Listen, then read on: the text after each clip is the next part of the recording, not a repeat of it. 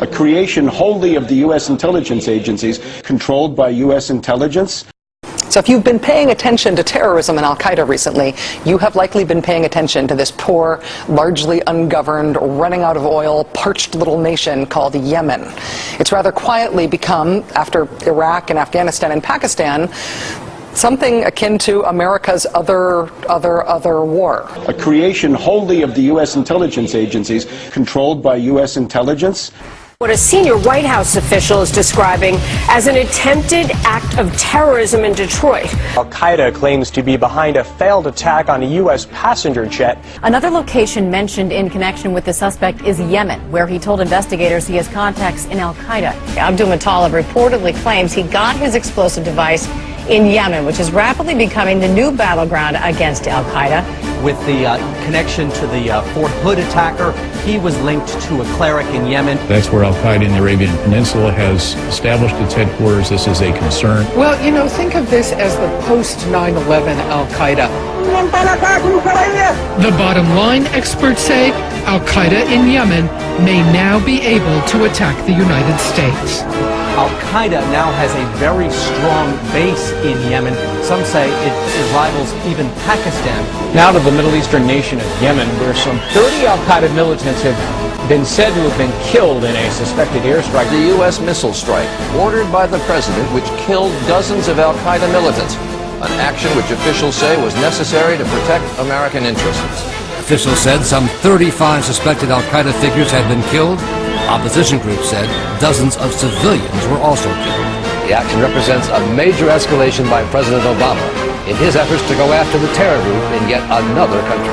Where Al-Qaeda and its allies attempt to establish a foothold, whether in Somalia or Yemen or elsewhere, they must be confronted directly from the White House, which now appears very much hands-on in the efforts to decimate Al-Qaeda wherever it is found. A second attack targeted the site where U.S. officials say an imminent attack against a U.S. asset was being planned.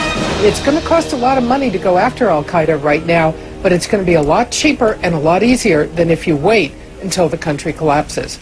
A creation wholly of the U.S. intelligence agencies, controlled by U.S. intelligence. A husband and wife who are raising a provocative question tonight. Did the suspect possibly have help getting onto this flight? In fact, did this man even have a passport? I saw two men, and they caught my eye because they seemed to be an odd pair. One was what I would describe as a poor-looking black teenager around 16 or 17, and the other man, a age 50-ish, wealthy-looking Indian man, and I was just wondering why they were together. Kind of strange. And I watched them approach what I would call the ticket agent, the final person that checks your boarding pass before you get on the plane. And I could hear the entire conversation. The only person that spoke was the Indian man, and what he said was, this man needs to board the plane, but he doesn't have a passport. And the ticket agent responded, well, if he doesn't have a passport, he can't get on the plane. To which the Indian man responded back, he's from Sudan. We do this all the time. A creation wholly of the U.S. intelligence agencies, controlled by U.S. intelligence. The fact is that this is a protected patsy. In other words, this is a puppet. This is somebody who's an asset controlled by U.S. intelligence. This is a way to stage a provocation. We've had 4 days of wall-to-wall hysteria worldwide. Let's just look at a couple of facts. His father, a rich Nigerian banker, went to the U.S. Embassy in Nigeria on the 19th of November and said, my son is in Yemen. He's at a terrorist training camp. Do something about this.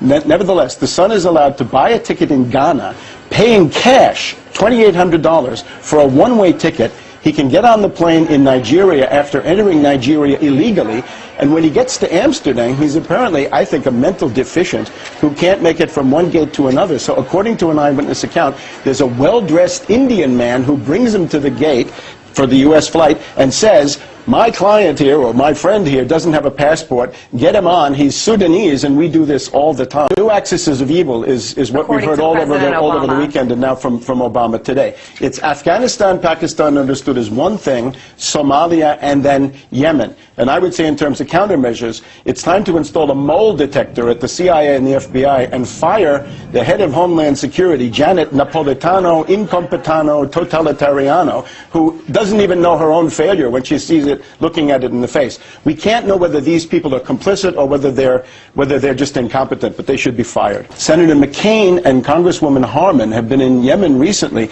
with the attempt to build up al-Qaeda. Al-Qaeda, of course, functioning as always as the CIA Arab Islamic Legion.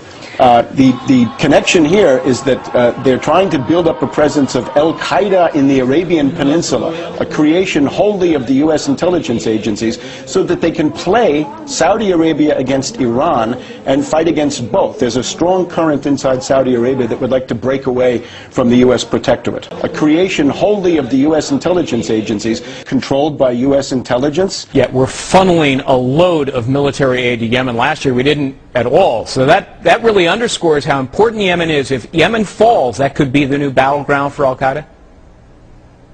Absolutely, and of course that's along key tanker routes for the Red Sea.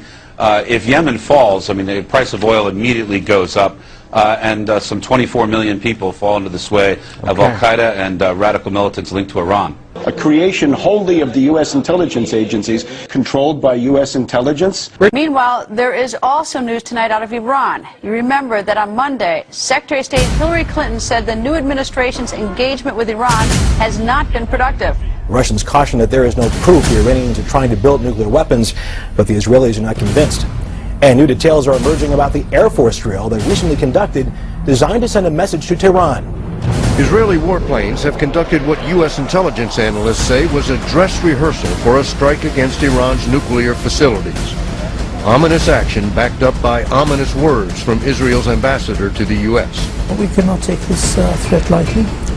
And as our Prime Minister just recently said, Israel will not tolerate a nuclear Iran. It's sort of operating near their border from Yemen. Are they waging, the Saudis, a proxy war with Iran, and to some extent, would they be happy to see Israel take action against the nuclear weapons apparatus of Iran? Is Israel now warning Iran, warning that Iran, I should say, is on the verge of being able to create a nuclear weapon? You say the window for diplomatic action is closing. How much time is there?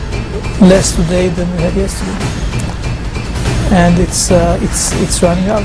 For many countries, choosing between bombing Iran and Iran with a bomb is a tough call. But there's no doubt what choice Israel would make. A creation wholly of the U.S. intelligence agencies, controlled by U.S. intelligence. A creation wholly of the U.S. intelligence agencies,